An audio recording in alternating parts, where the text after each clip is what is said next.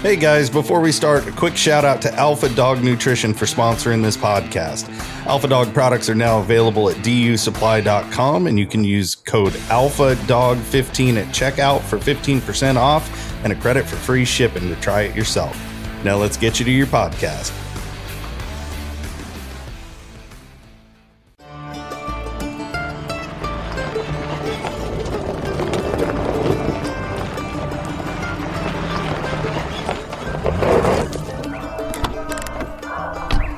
Where's Fielder?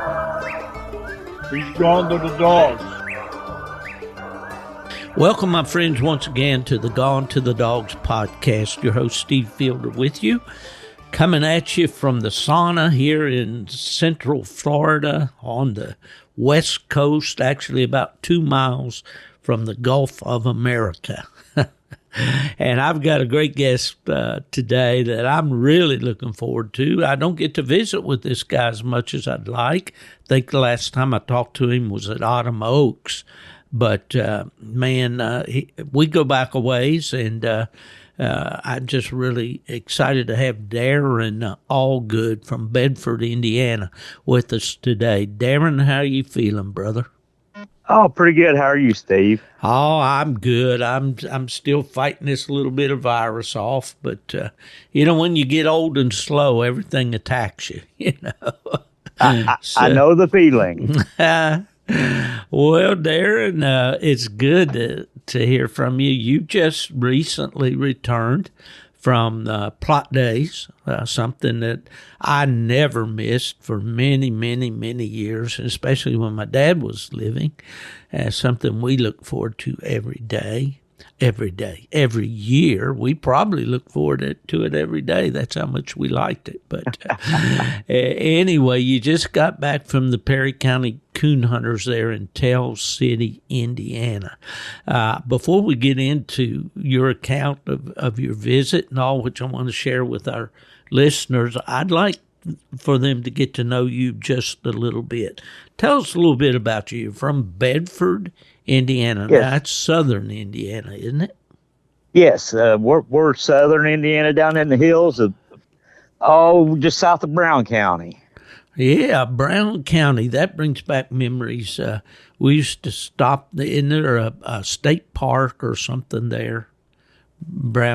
Is that Browns Yep. County? Yep, Brown County State Park. Yeah, when I worked for UKC, my boss was Fred Miller. He was the owner. And we'd go to play anywhere we go down in southern Indiana to a breed days, Walker Days. We go to Columbia or go to Rushville or go to Tell City or wherever. In the early days when he traveled with me, he always wanted to stop there and buy apple butter. He would always buy a case of apple butter, and he was generous. He'd give me one jar. But I always remember that area. So many memories of Indiana. And this is not about me, it's about you. But I got to say this real quick. When I wrote my book, Gone to the Dogs, A Coon Hunter's Journey, I did a chapter and talked about all the locations that I had either hunted or held a night hunt in the state of Indiana. And there were 50 of them altogether. And, I'll be darned. Yeah, of course, places like Richmond and Jasper, where we had Autumn Oaks, and Logansport, and even Lagodi. And how far are you familiar with Lagodi, Indiana? Yes. Yeah, I'm just probably 20 minutes east of Lagodi. I gotcha. It looks like Lugooty if you just kind of sound it out, but I learned real quick that was Lagodi. And I remember in the early days, the Coon Club there was an old house. Do you remember that at all? Yeah, and it's actually still in the same place. Is that right? Well, that's good. They still have hunts there.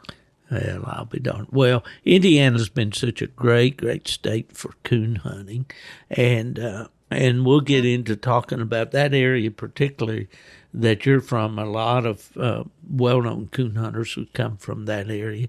But tell us a little bit about Darren Allgood. Where, were you born in the country, the city? What was your coming up there as a kid? Well, I was born out in the country. My grandfather had a farm, and we had a house just on the edge of it, and that's where I got my love for the dogs, was from my grandpa. You was talking about the Brown County Park. My grandpa was raised in the Brown County Park. That's where he was barned at, and that's actually where I named my kennel from, the Taylor Ridge Kennel. Up in the park now, where Grandpa was born, is the Taylor Ridge Campground. I'll be darned. How about that? Some history right there. Yeah.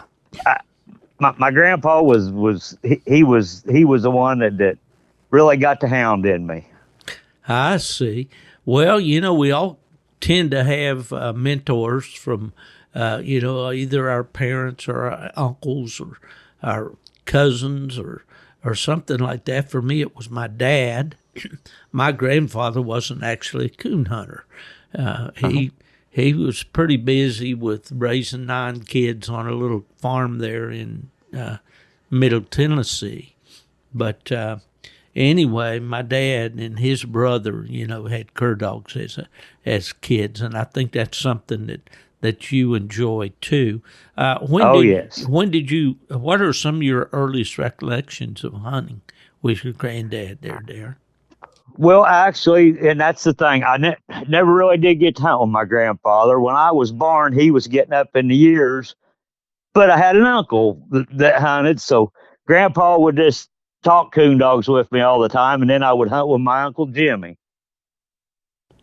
I see. And was his last name Allgood as well? No, actually Taylor's. I see. My mom was a tailor. None of my dad's side of the family ever did any hunting. They just didn't do any. I see.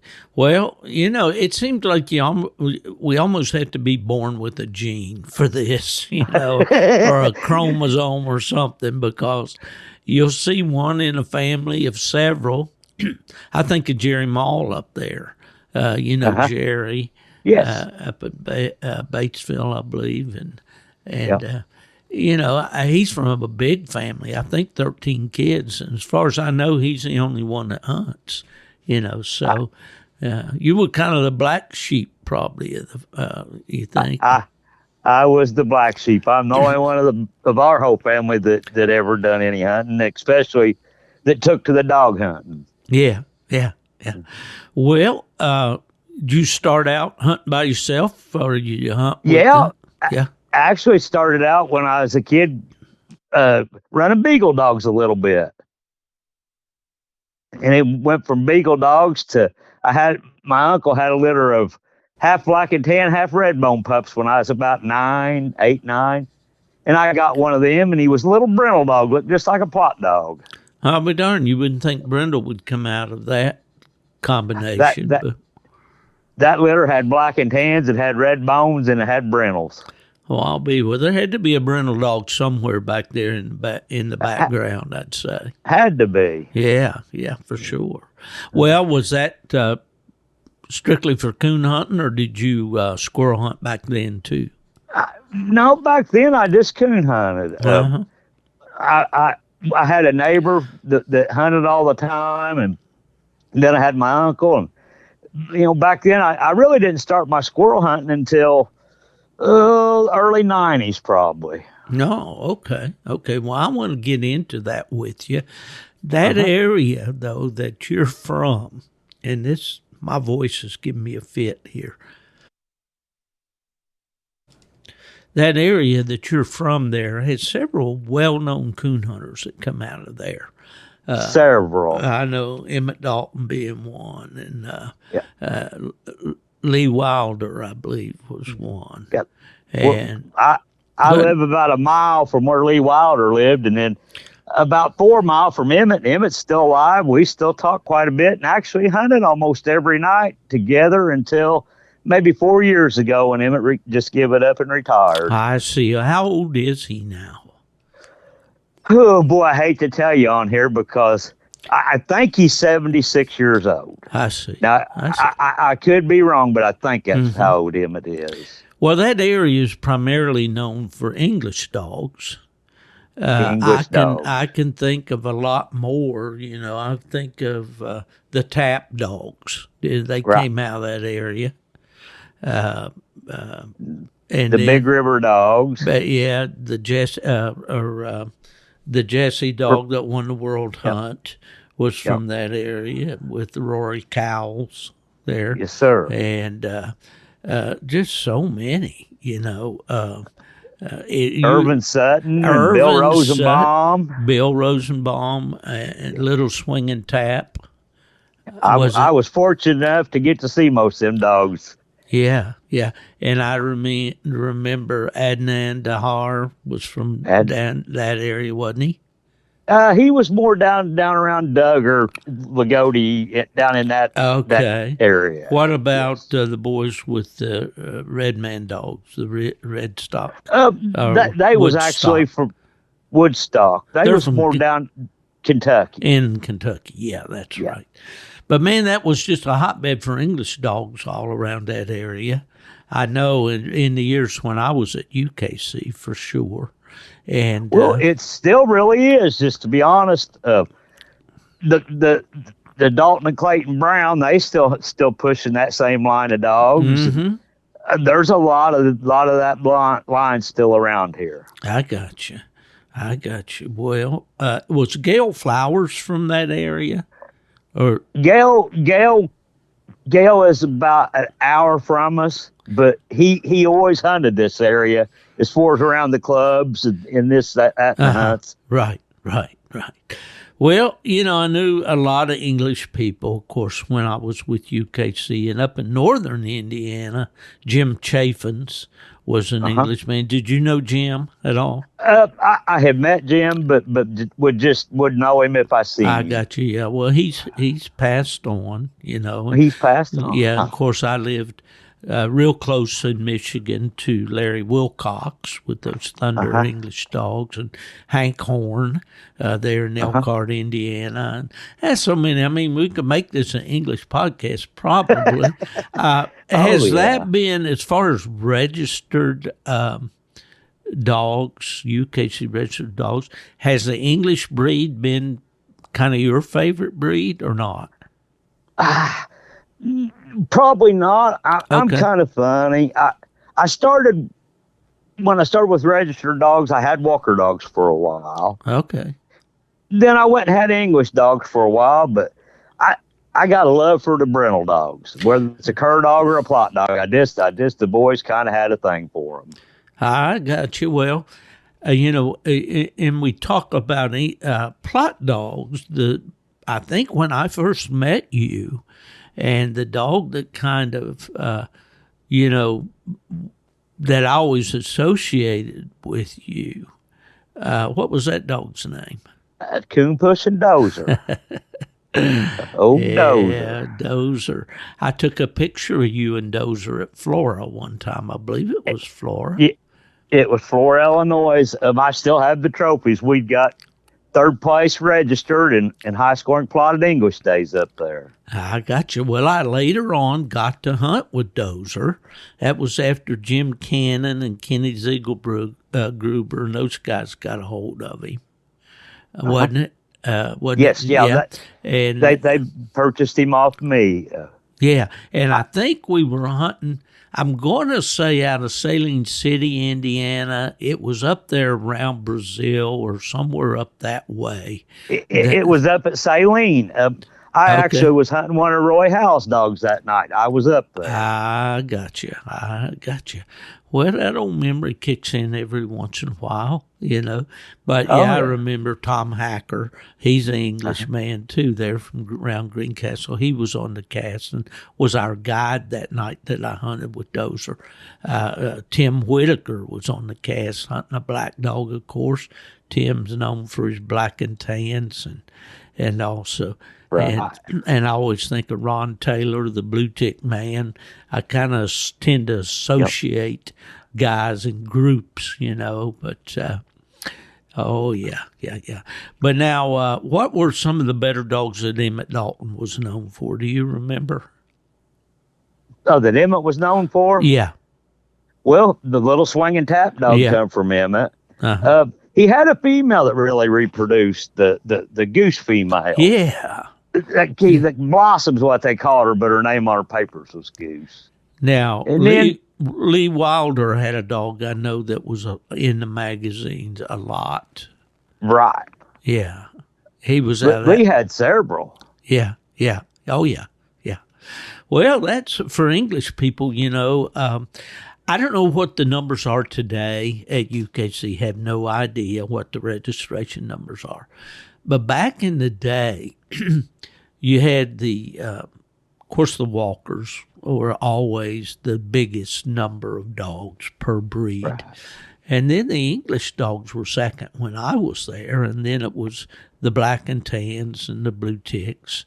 And then the red bones, and of course the Plotts were always the fewest in number, and were more popular with the big game hunters, I think, for years. But at any rate, yeah. Well, I would say it's not changed much on them numbers. As far as how many, which breed has the most. I'd say the numbers are still pretty close. Yeah. I'd say that's true too. Although I really can't verify that anymore. Right. But I used to be able to just, whip it up on the computer and take a look. But there you go. I was there at UKC for many years and enjoyed it very much. But one of the things I enjoyed so much about my job there was the people that I got to meet and getting to go, for instance, to English Days or Plott Days or whatever. How did you develop a love for a Plott dog?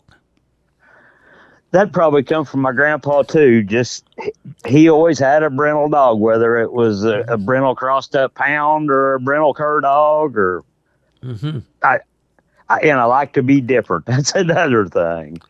Yeah, well, over the years I've had people contact me that were, in most cases, were walker people, and they say, I'd like to buy a Plott pup off you. You got one? I said, what do you want a Plott? I thought you were a walker man.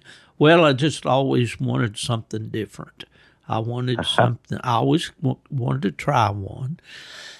The problem with that is that there's very few Plott females out there that are getting bred. Right. And I can get on my soapbox and probably, trigger a few people. But Plott people traditionally just breed in the backyard. Right. Whatever they've got on their chain, that's good enough, and that's what they're going to breed to. Dale Brandenburger was probably the exception where, he advertised his stud dogs every month from the 40s all the way up into into maybe the early 90s, and was the man more responsible than anybody for promoting the Plott dog before the public, putting them out there every month. But,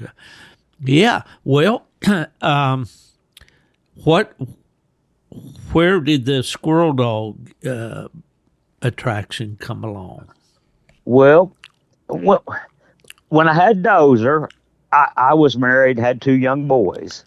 About that time, come to find out, I got a divorce, and I had to sell old Dozer. I couldn't hunt at nights, raising 2 kids.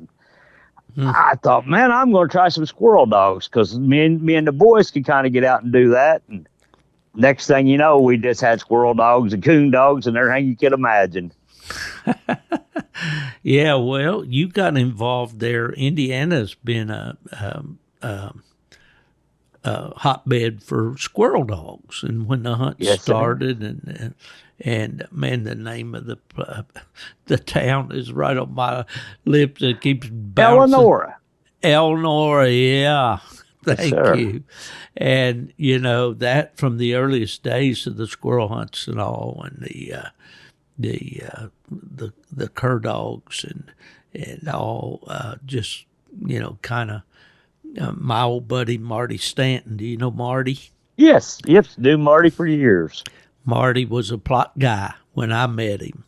You know, he had a real good Plott female when he lived in Missouri. And, what was her name? Oh, I started to say Pepper, but that wasn't it. I'll think of it in a minute, too. But do you remember? I can't remember. I remember the female. Yeah. But I can't remember her name. She was a good one. It'll come to me in a minute. That's the way things are with me anymore.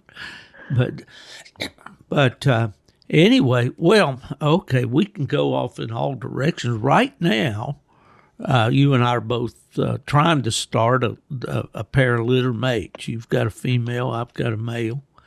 And they're out of the fever dog that Mark Miller and I have together. And, we're kind of having a lot of fun with these pups, aren't we? Oh, I'm having a real time with mine. I think she's going to be special. She's. I'm sure you can remember seeing the videos. Ever since she was 8 weeks old, if you'd throw a squirrel up a bush or a hang up, she'd just sit there in a tree till you had to drag her off of it. Yeah. But the thing I've noticed about these pups, and my pup, I call him Ghost, or his kennel name is Boo. But he had that early treeing instinct too. I hung a coon hide up drug it around the house and hung it up in a tree here in the yard. And first time he ever smelled it, and he took that track right around there and treed on it. And every time that I'd turn him loose in the yard, the first thing he'd do is go right straight to that tree and check that tree. Very first thing he'd do. So I said, well, this is pretty good for a puppy. And then I took him out to Arkansas, and doggone the first really wild coon that he smelled on the ground, he got to smelling up that tree and check. We'd already seen the coon. And I said, well, let's leave that little pup alone and see what he does. And son of a gun, if he didn't start smelling all up and down that tree and got to treeing on it, and also.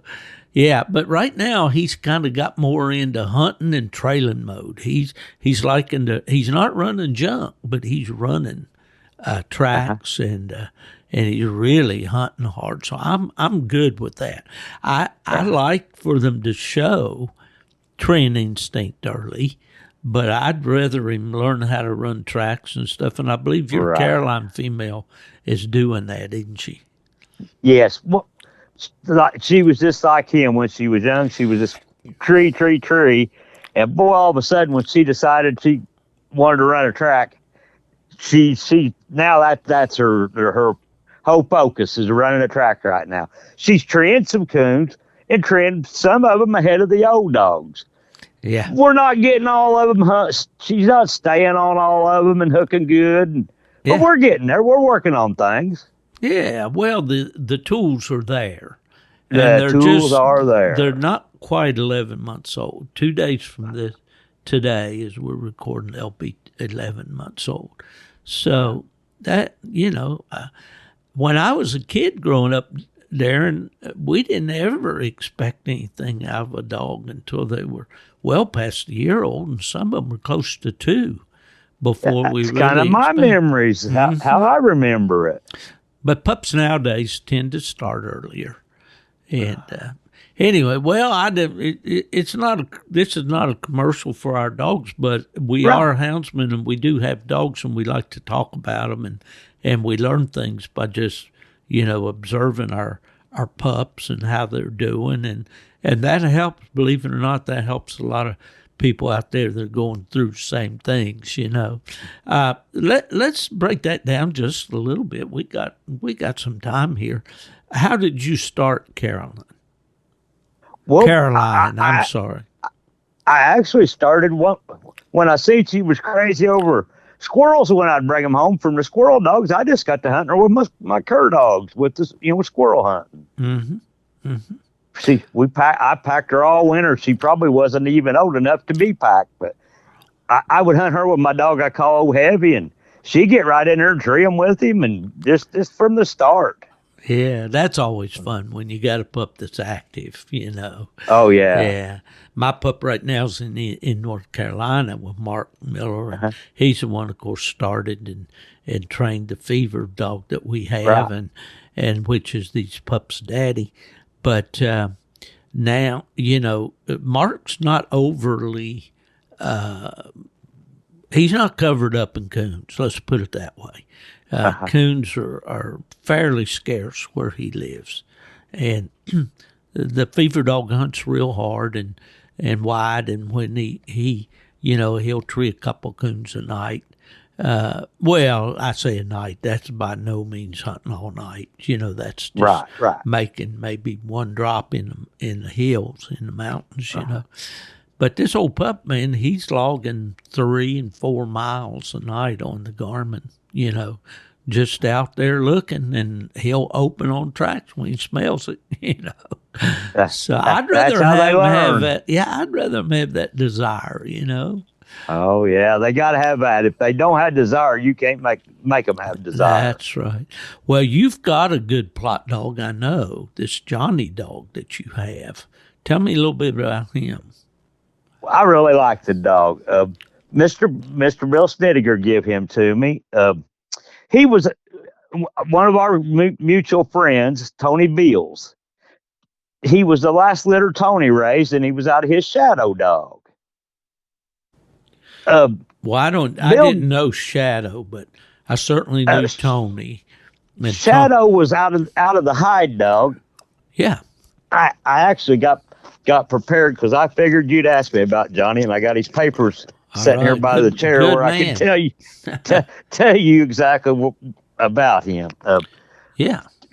Bill got him, I think, from Johnny Hager's neighbor, and he was just running loose and hadn't really never been hunted. Mm-hmm. Okay, I got his papers out. Tony's shadow dog was out of Flatland Hide. Yeah, that's Randy Schweitzer's dog, Switzer. Yeah. And a female out of Bacon Creek Bridger. Yeah, and that was Frank. Frank in Kentucky. I think. Oh man, I can't forget Frank's name. He's been a friend for a long time, but he'll come around here in a minute. And that was what the shadow dog was out of. And anyway, Bill got him, and Bill was nice enough to give him to me. And me and Johnny Reed kind of connected. And Tony had a little bit to do with that. I keep thinking every time I take him, I think of old Tony. And he just made a real nice young dog. I got my hands on him. He was just barely started. And I've hunted him for about a year solid now. And he's made a really nice dog. Well, I noticed from your videos that you post on social media and your comments that you really like him, and that's good. And that's the bottom line, Darren. As long as if we're feeding him, if we like him, end of story. There you go. My grandpa taught me that one years ago. He said, "You only have to make one person in this world happy, and that's yourself." That's right. And, we tend to listen to other people too much when it comes to our dogs. We may be as happy as we can be with a given dog. And are you still there, buddy? Yes, sir. Oh, okay. Well, mine got really quiet there all of a sudden.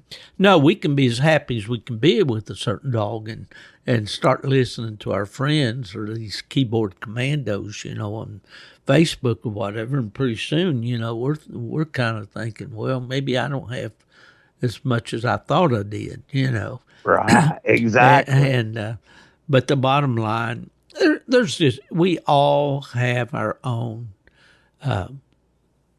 types of dogs that we enjoy. Somebody likes a close hunting dog. Someone likes one to knock the back out of the dark. Someone wants a wide open, they bark every time their foot hits the ground. Some people like a tight mouth dog that barks very little. It's just, it takes all kinds, and whatever kind you like out there, guys that are listening to this, that's the right kind for you, and don't worry if he's not what your buddy's dog is or somebody else. If you like him, You feed him a good feed, keep him in a nice, good place, dry place to sleep, and he'll over achieve in trying to please you. I really believe Exactly. that. Yeah. Oh, me too. Well, Johnny, too. how old was Johnny when you got him?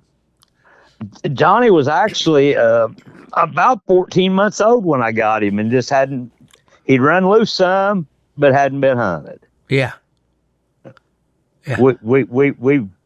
Me and Johnny hit it about 4 nights a week, and we have ever since I got him back February of 2024. He's made a nice dog. He's not I wouldn't even call him a finished dog yet, but he's made a nice dog, and he's making some people that look at Plotts again around here. Yeah. Well, that was what I always enjoyed. I mostly hunted with guys with other breeds, and you will if you're a Plott man. If you Right. if you take him out of your backyard, you're gonna just about have to hunt with other breeds. And I'd always just kind of sit back and here's this dog, big hybrid dog or another, and out there, and he's killing a polecat out in the middle of a field. Mine's sitting back over here, the opposite direction tree. Things like that. That's those little things, and they're not all that way. But I never had much trouble with trash with my Plotts. Have you?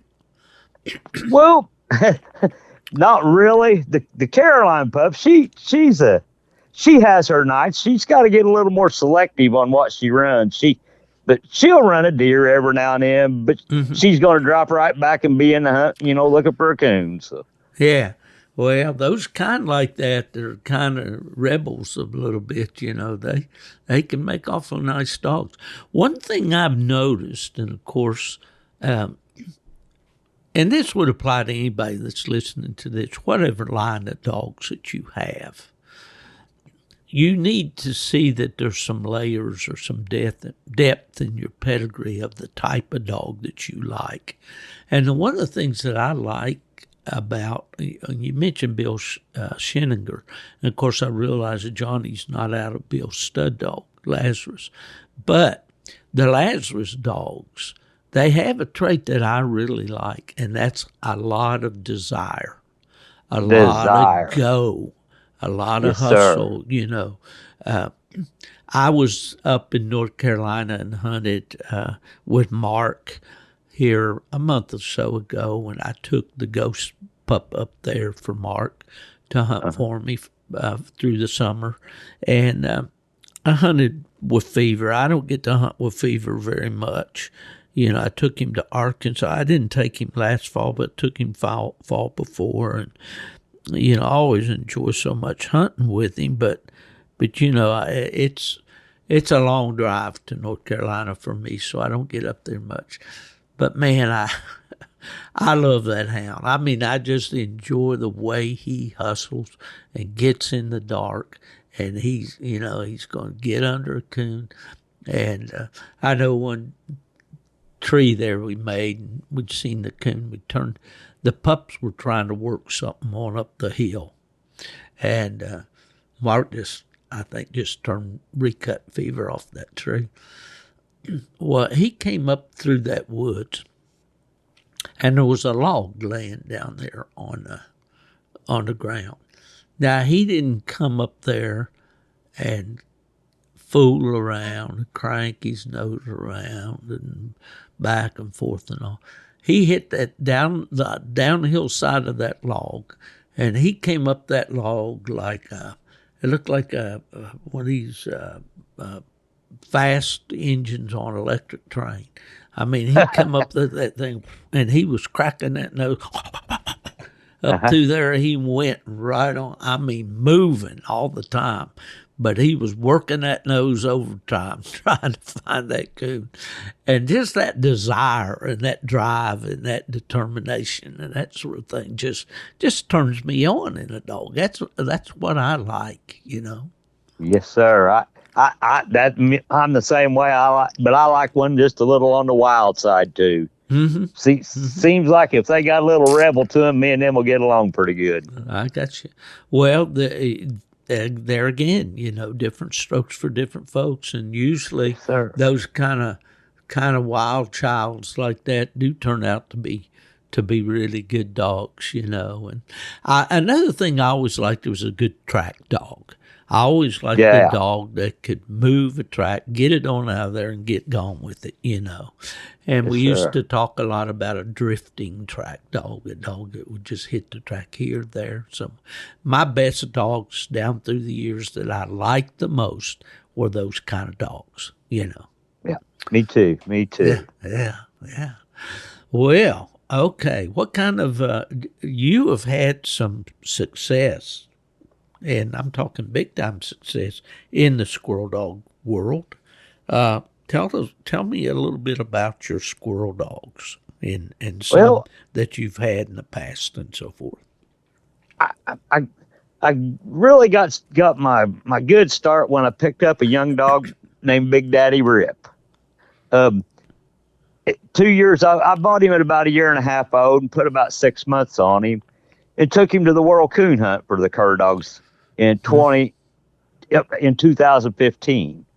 and he ended up winning that world champion that night. And then I went to breeding old Rip, picked up some females and some bloodline that I knowed would reproduce. Most of them was out of Alan Franklin's Thunder stuff, and just started crossing Rip on them. And then I turned around and in 2020, and I had a young female I'd picked up named Jet, and she was out of the tree knocking stuff, and boy, she was a nice little coon dog. I took her back down to Jamestown, Tennessee, to the World Hunt, and I won it in 2020 with the little female. Well, a month or two went by, and I got the opportunity to buy a young female out of old Rip. And she had won the World Hunt in 2019, a little female called Piper.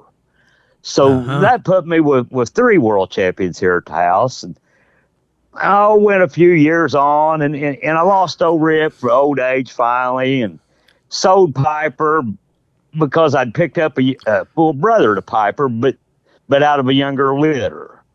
Okay. And I still got him. That's the dog I call Old Heavy that I'm using to start some of these Plott pups and stuff with. And then I turned around last year and won the World Hunt with Jet again. But this time the National Trained Cur and Feist Association World Hunt. Right. I've got a little female down here that's 3 years old. She's got reserve world champion 2 years in a row, and she was out of Rip, bred back to the Piper female, which was Rip's daughter, inbred cross. I call her Hummingbird. I got you. Well, and she is a squirrel dog. And now, are these original mountain curs or treeing curs? Yes, sir. Are they original mountain curs? Yes, sir. Are they all brindle? Yes, all your dogs? All except old Jet. Jet's black with some white on her. Okay. You might find a brindle stripe on her in the summertime when she fades out, but she's mainly black and white. Right. Now, these squirrel dogs that win in this level of competition, they're independent, aren't they? Yes. The Hummingbird dog will very, very, very rarely ever tree with another dog. She's going to be off by herself, and 90% of the time she's going to have a squirrel. She's not much on treeing the slick trees and den trees. She likes to tree squirrels. Well, I was around when we started the squirrel program at UKC, started the squirrel program at PKC. I judged some casts, walked my guts out. If squirrel dogs will walk you. You think coon hunting's bad? Well, you go on a squirrel hunt with some of these fire-breathing squirrel dogs, and they only have stay treed like 2 minutes or 3. Yeah. 2 minutes? So some registries is a little different, but 2 or 3 minutes is about it. So you got one treed, you got to head out to it, and then as soon as you get to that one and get it scored, you got another one treed out here 1/4 mile or half a mile or something. I don't know. It's kind of like these coon hunts anymore are kind of like squirrel hunts to me. the way the Kind dogs of. cover the ground, and all. But Right. now, do these dogs open on track at all? Very, very seldom. Maybe if I take them out at night and coon hunt them and they're just right on a coon, they might make a mark or two, but they're just going to tree. They're pretty well still mouse. They pretty much hunt on the run, don't they? Yes. Yep. They just kind of zigzag and in and out and around and. Yeah. And they're using their ears and eyes as much as they are their nose, aren't they? Yes, sir. A good squirrel dog is going to use all three of its instincts: its eyes, its ears, and its nose. Yep. Yeah, for sure. Well, that's great. Now, this background on this old dog and where you started this line and all, where do you know where it goes back? Yes. Yeah. What? My old rip dog was out of the 2020 Hummer dog, out of Brian and Shane Looney's down there. And is what he was out of. Yeah. Well, I remember when we started the PKC program, we had our first squirrel hunt at Chickasaw State Park in Tennessee, and we had a bunch of hunters there that day. And I was on the cast with Billy Lynn. Now, coon hunters will remember Billy Lynn, as he was a friend of Tim Ball's, and he was a coon hunter from Texas. And, but he had a dog that really hunted deep and was a nice dog that day. And different ones, had a real good time down there. But, and then the gentleman, and here again, I know his name as well as I know my own. He's a fellow from Oklahoma that crossbred. Saunders? No, this guy's name, but I think it started with an S. I'll think of it in a minute. Yes, Kenny. I know exactly who you're talking about. He put a little bird dog in. Bird dog, that's exactly yes, right. Sir. I cannot throw his name out, but I do know exactly who you're talking about. Well, we got you pinned there, but we'll remember your name in a little bit. Kenneth Shuttmiller. Shuttmiller, that's it. You're the man. You're the man. Yeah. And those dogs were big hunting dogs and all, And along about that time, I don't know if he had him or not, but there was a Walker dog that was really doing a lot of winning at that time too. Somebody had a Walker dog, and then I remember that Frank Stewart there in Indiana, and then Frank Cox. Cox and Frank Cox and John Stewart. John Stewart, that's correct. Yep. Yeah. And then, of course, the guy from Tennessee that I think his dogs might have been behind maybe the jukebox dogs. Right? I'm not sure. No, the old cur breeder, older guy. Carl Smith. Bingo. Yeah.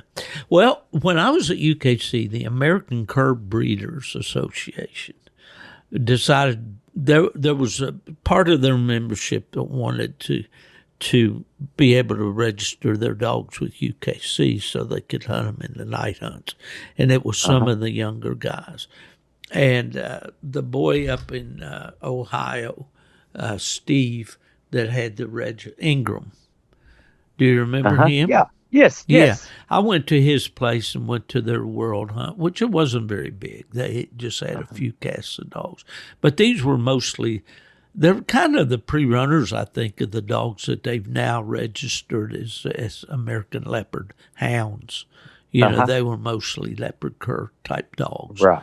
And, of course, I knew Richard McDuffie in South Carolina that had the McDuffie curs, which were so cur dogs have always kind of fascinated me because my dad and his brother, that's what they started with back in Tennessee as kids. Right. And I heard so many stories about old Pat and Mike when I was growing up, and I've still got the pictures dating back to 1938 or 39, so yeah. Good stuff. The squirrel dogs gives me something I can do in the daytime, and then I come home and nap a little bit, and then head out at night some. Well, I had to grab a drink there for me. It was carbonated. It was not an adult beverage. But yeah, well, are you retired now, Darren? Or Yes, okay. yes. I had some back injuries, and I ended up having to take an early retirement. And there's nights, there's weeks I can hunt a lot, and then there's weeks I'm laid up in my back and don't hunt at all. Well, you're like Mark Miller, my buddy there, and people ask, well, why doesn't Mark travel more with the fever dog and stuff? I've been asked that, and of course, Mark doesn't care. He's one of those guys we talked about earlier. He does it because he loves it, he enjoys it, and he's a good dog man and all, but he has some serious back problems from time to time. He's a mechanic. He's a school bus mechanic in North Carolina, and that's a state job, and he's, stays pretty busy. I think he's thinking about retiring.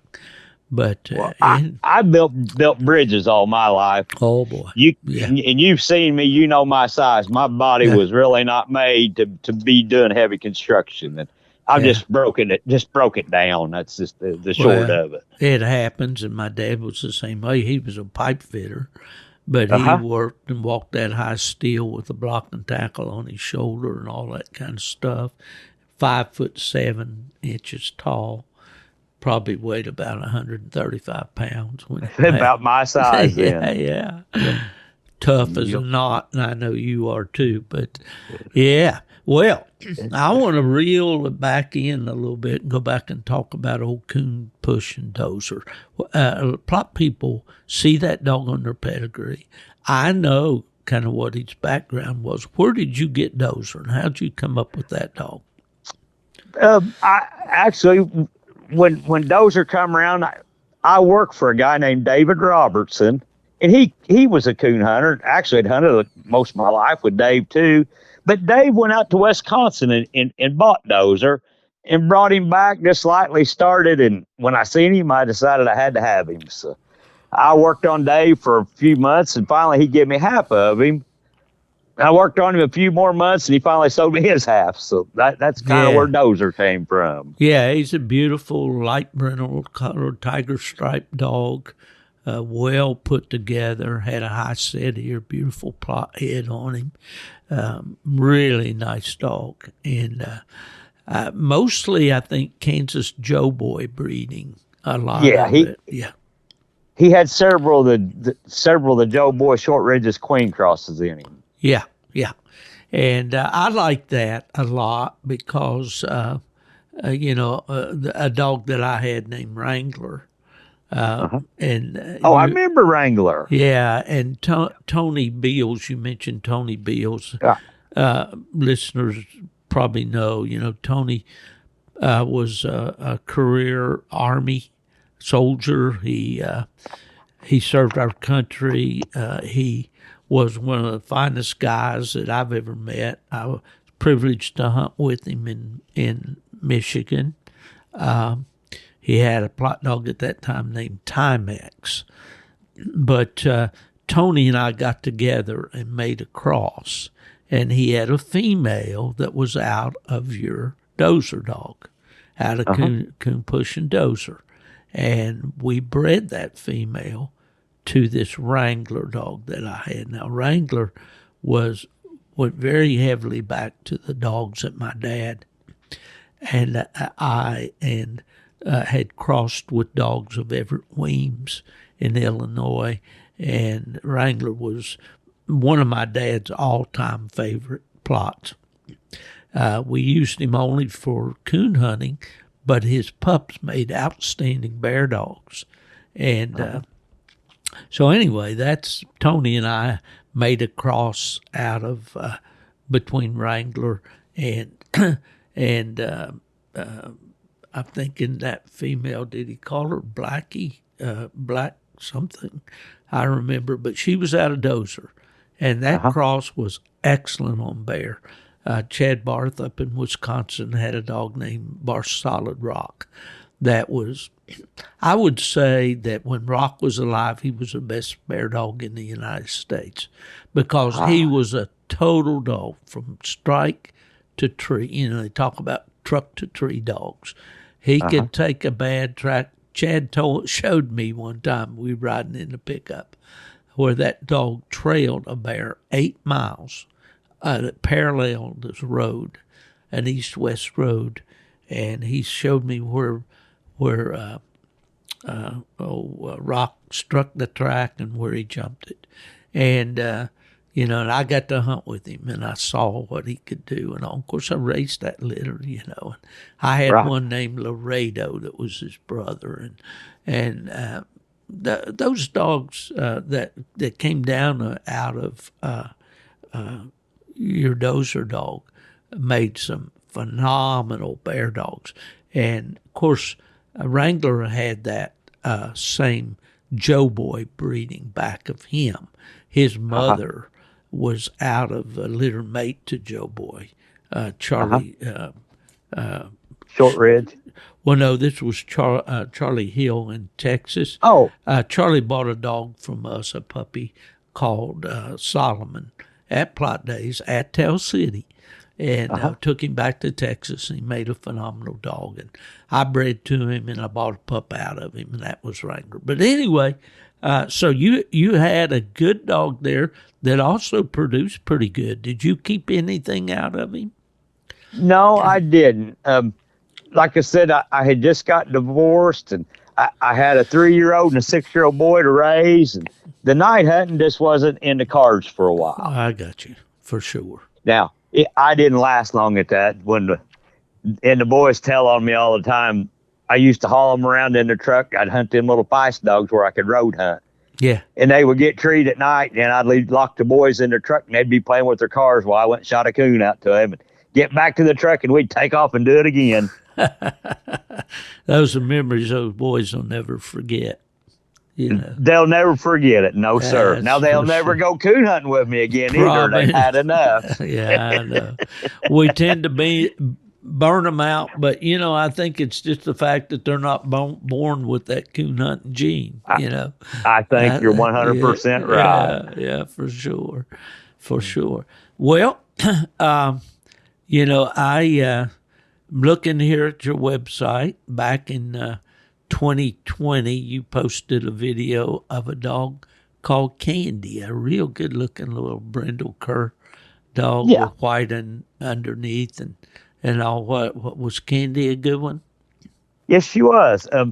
She was out of old Rip and Alan Franklin's Candy Crush female. I ended up selling her back to Alan Franklin, and they raised several pups off Candy. Yeah. Well, I see these dogs have a look to them. They're kind of marked up the same. There's a picture of Rip and Hummingbird that you took back in 23. Rip puts the color on them. Yeah. He put the color on them.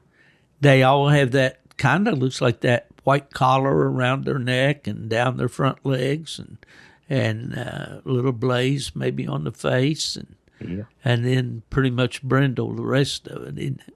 Yeah. Yeah. So that's, you know, I've always been a dog man, not a big breeder by any sense of the word, but I've always appreciated bloodlines. I like to look at the bloodlines on dogs, you know, and I see that family bred dogs tend to be, you know, what attract me the most. And I've said it many times on here. My friend Lance Hutton over in Virginia said, you know, he's a guy that studied breeding for years and has a couple degrees from Virginia Tech and animal science and all, and said, you know, line breed to establish your line, or family breed is another name of it, and then outcross to get your outstanding individuals. And then, then if you can outcross to another family of dogs, that's the icing on the cake, you know. So that's pretty good advice, and I don't mind sharing that with people. But, you know, breeding dogs and to establish a line is not something you can do overnight. You know, it's something that takes a lot of time, a lot of shoe leather. You have any thoughts on that? Exactly what you just said. A lot of time. A lot of shoe leather. be selective and finding the traits that you want in a dog before you go to line breeding. Just like the hummingbird female, she's out of a father-daughter cross. That is way, way close.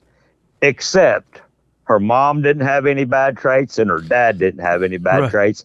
And they both throwed tree dogs. So I decided to make that cross. And hummingbird, I've told you earlier, is probably the best squirrel dog I've ever owned in my life. Yeah.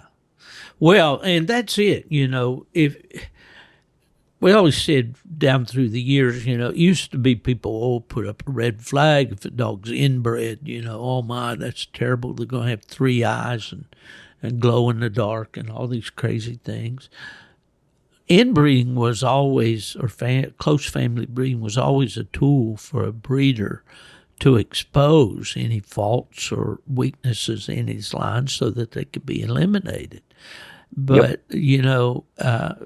so it does magnify the good and the bad, And exactly. But if you've got a strong line and you don't have these egregious faults, in the line, then you're not going to create them by line breeding or family breeding. They're going to have to be there to begin with. And the old mountain guys that back in the day, that's all they did. They would line breed and they know how to do it. Oh, yeah.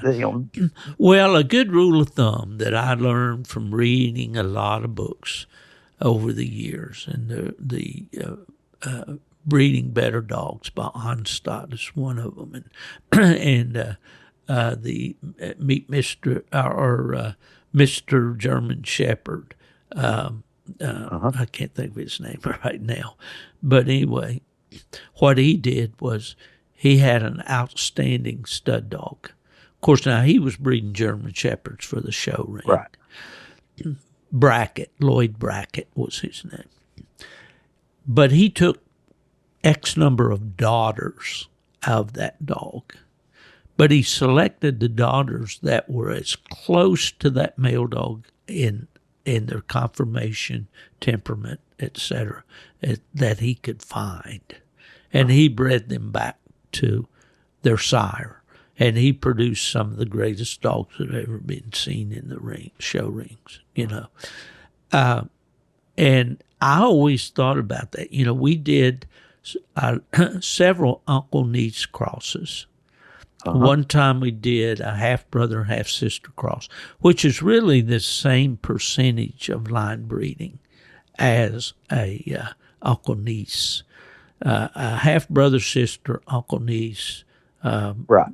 All the same percentage outbreeding of inbreeding. But when you do breed a father to his daughter, a mother to her son, or full litter, or brothers and sisters, that's as close as you can breed. Right. That's the most inbreeding you can do. But in my opinion, like with hummingbird, being out of a father-daughter cross, now when it comes time to breed her, I will go plumb out. It will be something that's not in my pedigree up close. It did. Yeah. Enough's enough at one point. Yeah, and that's true. There was a cross in the Plott breed that was made back in the early 70s, 73, the first litter, and was made 5 or 6 times by Everett Weems. And it was commonly called the Butch and Jill cross. And Weems Butch was sired by Everett's stud dog, Weems Plott John. And Butch had litter mates, Bill Bland's Pleasant Valley Bell, and our good friend Leroy Howe had Swampland Little Joe. They were litter mates, and that was really good stuff. And we bred back to that, and Everett Weems had he got started with the same, what I'm trying to say here, and I'll get moving here. The old brain cells are slowing down on me. ever got started with the same basic bloodline that my dad did. And we had a dog called Bearpin Sam that we got from Isaiah Kidd, the old Plott breeder in West Virginia. Right. And Sam was out of an inbred cross. His mother was a female named Jeep, and it wasn't spelled like the vehicle, Jeep. It was Geep. And I don't know where Isaiah got that. But Jeep was out of a female named Goldie, and Goldie was bred to Kids Rock. Kids Rock was Goldie's sire, so she was bred back to her daddy. Back to her daddy. And that's where old Sam came from. And his sire was a dog called Burnett's Tom. And Everett Weems got started with a dog out there that's mother was Green's Daisy May, a litter-mate sister to Burnett's Tom. So anyway, that, but we bred those dogs and got really nice dogs as a result. But that Bearpin Sam from that inbred female was really the foundation sire of our dogs all the way down from 1960 on. We had Plotts before that, but from 1960 on, he was in that pedigree all the way down. Now these Bearpin dogs that we have right now are not from that line. Unfortunately, when my dad got old and passed away and all, and I was working and all, unable to keep all that going. But at any rate, I'm high on that kind of breeding, but it's just like anything else that you do. There's responsibility involved. Yes, sir. And you can't be reckless with it. And what I was going to say about those Butch and Jill dogs, they were bred, there were like 6 litters, and most all of them were real exceptional bear dogs. Nose, tree dogs, the whole 9 yards. But the guys afterwards started breeding that too close and breeding it. And my dad was not an educated man. He had a 10th grade education, but he was far from a dummy. And he said, the seed's going to run out on this stuff if they keep breeding it that close. So I think you're wise to think about, going to outcrosses. But I would try to find an outcross as much like these dogs that you have as you can find, Yeah. Anyway, that's my soapbox, my lecture on breeding. For more tips, give me a call, and I'll give you more useless information. Yeah. Well, okay, so how many Plott dogs you got on the place right now? You got Johnny, and you got Carolyn. And I got Jolene. Jolene, yeah, I forgot about Jolene. Tell me about Jolene. Jolene is out of the Joe dog that Hannah Cable. Yeah, that's a litter-mate Bill brother. Snittiger's in with. That's a litter-mate brother to the Lazarus dog of Bill's. Joe and Lazarus are brothers. Yeah. Jolene's mom is out of Lazarus, so there we're back to an uncle and niece cross. Yeah. She is about 13 months old maybe now. Mm-hmm. Doing a pretty nice job. We, like any other young dog, we've had some ups and downs. She streets some coon by herself. Got a lot of hustle. Little more hotter track dog than Johnny and Caroline. But just a pretty nice young dog. Yeah. Well, in this competition climate of today, a dog that'll really hunt good doesn't have to have a whole lot of nose. If they're tree-minded and accurate, if they want to have a coon over their head, they can win. What do you think that we could do in the Plott breeding? We see this a lot, and I know we've been at it over an hour here, Darren. But do you have any formulas, suggestions, or anything for what Plott breeders should be doing to make their dogs more competitive in competition? Well, the only thing I could say, and when I say this, I don't mean to hurt any feelings whatsoever. Exactly. We're just being honest. Hunt them. Take them to the woods. I've been asked several times, how do you have such good luck? I go hunting. Yes, you do. I see the results. They don't learn nothing at home. Right. Well, I think we fall into the trap, and a lot of times it can't be helped. And nowadays it seems more so that way. You hear these pups that start out real good, and then for whatever reason they're left in the kennel.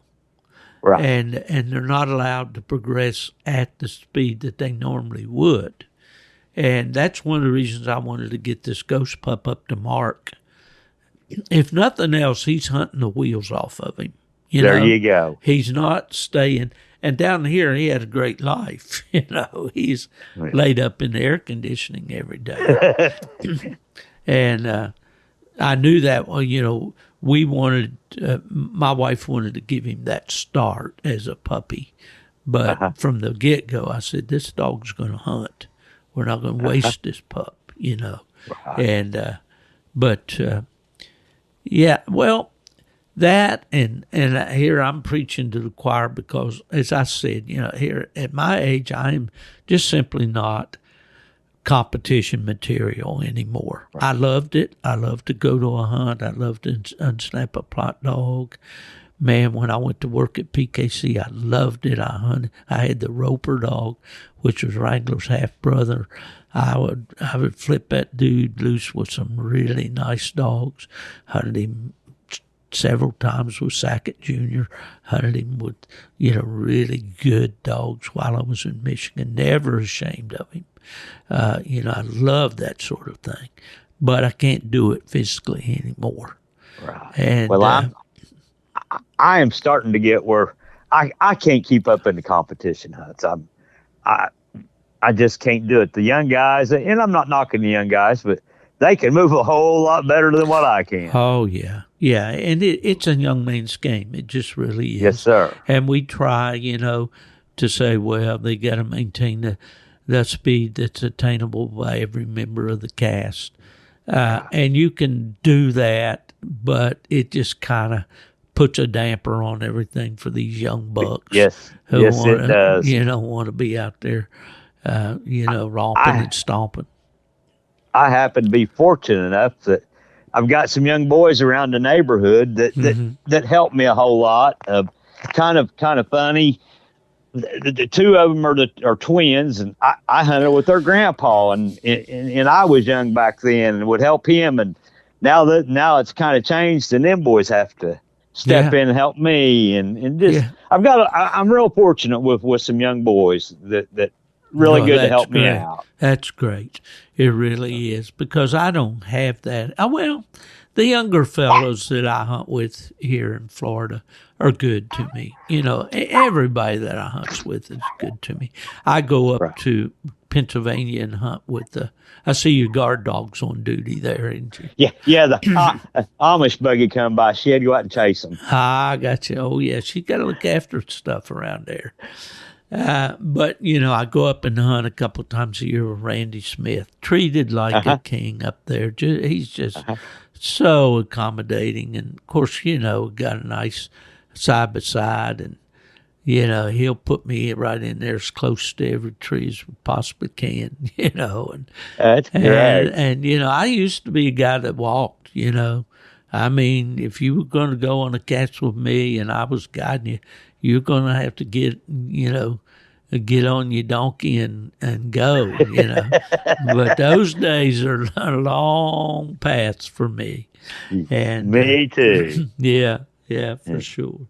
Well, I certainly wish you the very best. Do you have any squirrel dog cur pups coming on now that are looking good for you? Or right before old Rip died, I never could get him and the jet female crossed, and I wanted to so bad, both of them being world champions. And my son started dating a young girl that went to Purdue to be a vet tech. All right. And at the last minute, about 2 months before old Rip passed, she artificial bred Rippin' Jet for me, and we got 3 pups. Oh, good. I've got one of them here I call Zip Tie, and the Brown boys, Dalton and Clayton, they've got one called Tacoma out of it, and that's our next big good. thing. Well, good. That's great to hear that you were able to do that. This is the Lord moves in mysterious ways, and I really, really am thankful for this Plott dog that Mark and I have now, and I have Bill Shenniger to thank for that. And I've told the story, and I won't get into it deep. I owned the mother of Fever. She was born right here in my house, in my garage. I raised that litter, and when I'd sent her to a training pen in Mississippi, and the boy was just really high on her and said she was doing great. And we're over at the Winter Classic, and Tony Beals was down. And he said, Steve, I'll take that pup back to Michigan and hunt her on some coon and stuff for you if you'd like for me to. I said, man, I'd love that. And he took her, and he put her in some water races and bench shows and stuff. And then Tony got sick. And of course, we know the story about all that. So he wasn't really able to coon hunt, like he wanted to and all. So he told me, there near the end, he said, Steve, I've got to move these dogs. I had owned, Tony and I owned, we called her Dancer, together. And so the first guy I thought about was Bill Shenniger. And I contacted Bill, and I said, Bill, would you be interested in taking this female? And told him what she was and all. And he said, oh, absolutely. I'd really like to. So Tony had bred her to he had a Grand Night champion cur dog.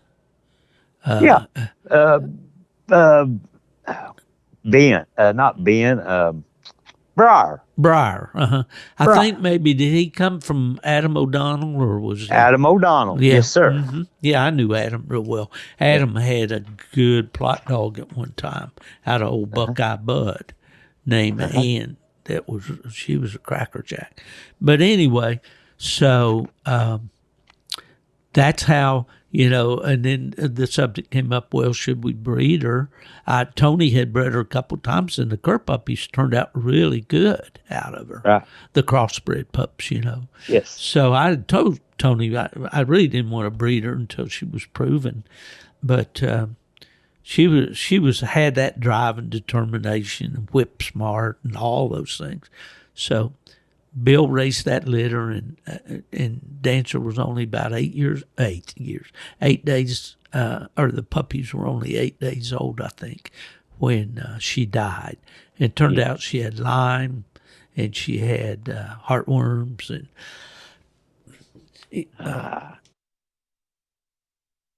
and that was,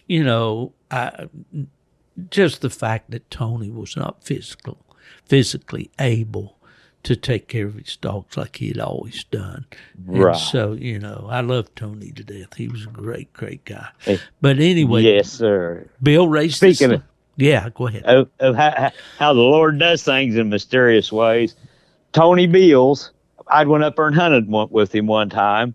Tony is actually the one that he hooked me up with Bill Snittiger when I was trying to find a place to store rip semen at. And that, long story short, now I'm hunting one of the last dogs Tony had that Bill gave me. And they're both just great guys. Bill and Tony was both great people. You don't find better. Better. And so that all worked out. I wrote a post one time on Facebook about how all these gifts that were involved in that long line of dogs, and how people had been so, so absolutely generous and allowing, me to have this dog. And that's what basically happened, because when the puppies were born, Bill said, I've got one for you. And I thought, well, what am I going to do with a puppy, down here? And then that's how Mark Miller and I got together. So The Lord works in mysterious ways, as we say, but through friends, Yes, you sir. mentioned the young fellows you have to hunt with. I certainly wouldn't be able to enjoy this dog that we have together with, were it not for Mark. He's just been over and above Class A partner that, and that's not easy to find in dogs. No. It's, so I'm greatly blessed there for sure. Well, Darren, I've really enjoyed our visit today. I appreciate you taking time out. I probably cut into your nap time. Me and Katie will catch up on our nap later. Well, it's springtime in Indiana. Really, summer's there already now, I guess, isn't it?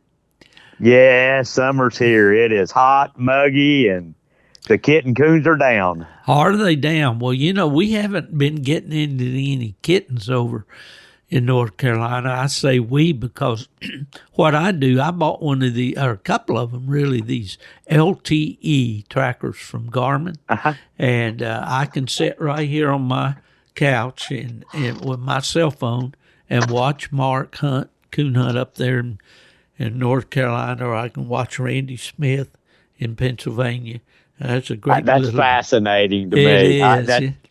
I seen when you posted them on Facebook that you got to. They really amazes me what they can do. And then they've got to kind of back it up with videos. They'll send me videos then to show the dogs treeing and things like that. They're both those guys are just great to me, and I'm so thankful. But right before we get off here, I did get to see Ghost and Caroline's brother this weekend. This is Stitch. Stitch, he calls him. Yeah. Yep. He's a good-looking rascal. Is he? Yeah, I haven't seen him since I picked Ghost up. He had three out of he's bred that litter twice now. Did you get to see the puppy out of the second litter? The one he called Ranger? I kind of got down there at Plott Days late on Thursday, and we just stayed Thursday and had an RQE. But him and his wife was walking down through there, leading Xena and Stitch. So we stopped and visited there for just a little bit. Yeah. Well, I think he ended up with Xena and a couple of friends. They got like second in the 3-dog bear base, so he was happy about that. That John Sapier is a first-class guy. He's been very active in the coon hunting in South Carolina with the Grand American and all that stuff. And just a giver. He's always, working. Just a super guy. Him and his wife have been really kind to me on helping getting Caroline up here when they did, and just really good people. Oh, yeah. Salt of the earth. Really great people. John's a guy that doesn't get to hunt at night as much as he'd like because of his work.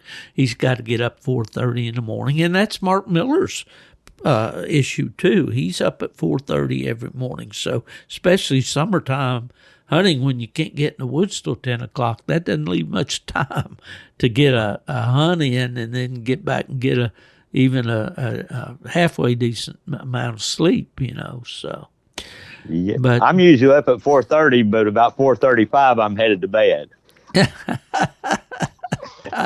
I hear you. Well, Darren, it's been really a joy to talk to you. How old are you now? I'm 62 years old. Oh, well, you're just a pup. You're just a pup. That's right. I hope the good Lord gives you many, many more years to enjoy those brindle dogs, and whether you're hunting them in the daytime or night. And I'm particularly interested in Caroline, how she progresses and all, because she's. This old ghost pup don't know what he's going to be ultimately, but he's going to be something. I guarantee you, because he's going to be doing something out there. There you go. All right, folks, that's Darren Allgood. Do you have anything else you want to say, Darren, before we go? No, the only thing I would say, and I'd like to thank all these young boys that helped me out of here. Oh, yeah. Yeah, you want to name them, or am I going to get you in trouble? Yeah, no, that won't get me in trouble at all. a lot of people have already met two of them. That's Dalton and Clayton Brown. They do a lot of UKC hunting and actually done pretty good at the UKC World Hunt this year. They're twin brothers. And then their cousin, Justin Brown. Justin hunts with me 3 or 4 nights a week. And then he handled Johnny for me at Plott Days, Donnie Berlin. Okay. That'll cover it. Yeah. Well, thank you, boys. We appreciate you, and really appreciate anybody out there that's trying to help us old hunters enjoy this sport as long as we can. Yes, sir. Yeah. Well, once again, to my listeners, I want to thank Buddy Woodbury with W Hunting Supply. What a great sponsor I'm fortunate to have. Makes this podcast possible. To Alpha Dog Nutrition, the supplements and feeds and so forth that they provide to keep the dogs operating in top form. And also to Big Mark Zepp Predator Calls. Mark has been a longtime friend and a very strong supporter of this podcast. I want to thank all of those folks. If you need anything that these folks produce, please give them a call or drop them a line or go to their website, and I'm sure they'll treat you right.